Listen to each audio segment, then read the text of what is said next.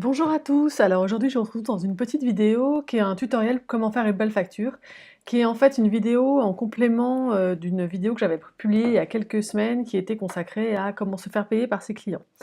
Alors dans la vidéo que j'avais publiée il y a quelques semaines, je montrais un exemple de facture qu'on pouvait présenter à ses clients, mais je ne m'y suis pas très bien prise parce que je suis pas une pro des caméras, donc j'avais filmé par au-dessus la facture mais ça se voyait pas très bien.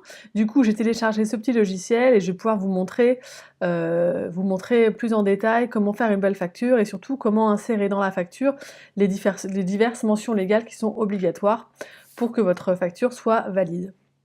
Alors, on commence par en haut. Donc là, moi, comme je suis avocate, il y a marqué avocat à la cour, mais après, l'idée, c'est simplement que vous indiquiez vos coordonnées et éventuellement votre titre. Ici, une autre condition indispensable, c'est évidemment de mettre les coordonnées de votre client ou de votre acheteur. Je précise que dans un cas comme dans l'autre, si vous êtes en société, par exemple en SARL, il faut que vous le précisiez. Il faut que vous précisiez votre numéro de RCS. Enfin, il faut que vous donniez vraiment votre identité commerciale complète, que ce soit pour vous ou pour votre client, c'est-à-dire le destinataire de la facture. Ensuite, toutes les factures doivent être datées. Donc là, on a la date de la facture, hein, c'est le 6 décembre 2018. Ensuite, toutes les factures doivent être numérotées. Donc, il y a plusieurs manières de numéroter sa facture. L'idée, c'est bien qu'on puisse identifier chaque facture. C'est-à-dire que pour chaque facture, vous avez un seul numéro équivalent. Donc moi, ce que je fais, c'est qu'en général, je commence par l'année, ensuite je mets le mois, et ensuite je mets le numéro de la facture. Donc si vous avez cette facture, ben, vous allez avoir 2018. Alors là, ça date de février. Alors ça n'a pas vraiment de rapport avec la date. Excusez-moi, on va changer la date. Est-ce qu'on peut la changer? Oui, on peut la changer. Voilà. Donc les deux correspondent. Donc on a le mois de février et ensuite là c'est la 12e facture du mois de février. Ensuite il faut mettre l'objet de la facture, c'est-à-dire à quoi correspond votre facture. Et là encore il faut être précis. Donc là, moi en général ce que je fais c'est je mets le nom du dossier, ensuite je remets le nom du client en général.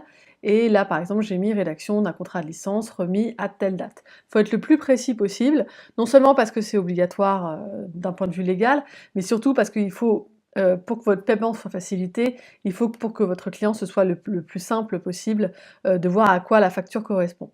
Ensuite, le prix. Donc moi, j'en appelle ça des honoraires chez les avocats, mais vous n'êtes pas obligé de mettre honoraire, hein, vous pouvez mettre prix.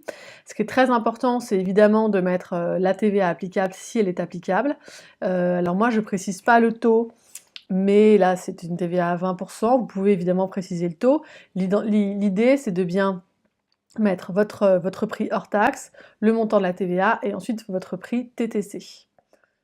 Ensuite, moi je rappelle toujours dans ma facture les conditions en cas de paiement en retard, donc là c'est les conditions légales avec les taux d'intérêt légal. De toute façon, pour plus de détails, je vous renvoie à mon autre vidéo et à l'article que j'ai rédigé, où tout est expliqué. Et ensuite, moi, ce que je fais, c'est que j'intègre mon relevé d'identité bancaire. C'est pour les gens qui veulent me payer en virement. Alors moi, on peut me payer par chèque ou par virement. L'avantage d'intégrer directement votre relevé d'identité bancaire, c'est votre client, il a directement vos coordonnées bancaires si vous vous faites un virement. Donc moi, je trouve ça très pratique. Ensuite, je signe la facture et en bas, je remets, je les mets mes coordonnées, c'est-à-dire mon adresse, mon numéro, mon mail.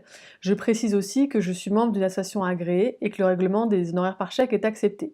Alors ça, pareil, vous verrez dans mon article, il y a un certain nombre de mentions obligatoires. Par exemple, si vous êtes membre d'un centre agréé ou d'une association agréée, ce qui est mon cas, vous êtes obligé de le mentionner. Si vous acceptez les règlements par chèque, vous êtes également obligé de le mentionner. Donc ça, il faut le mentionner. Moi, je le précise à cet endroit. D'un point de vue légal, il n'y a aucune obligation sur où est-ce que doivent être placées les choses hein, sur votre facture, mais l'idée, ça les présente de manière logique pour moi, donc voilà, ça me paraît être un bon exemple pour les gens qui rédigent leurs factures eux-mêmes. Hein. Je ne m'adresse pas aux gens qui ont des logiciels de facturation, c'est-à-dire des gens qui vont facturer beaucoup, mais pour les gens qui ont 5-6 clients et qui du coup rédigent leurs factures eux-mêmes, ça c'est un très bon point de départ. Pour plus de détails, je vous renvoie encore une fois à mon article et à ma précédente vidéo. Allez, au revoir, à la prochaine fois!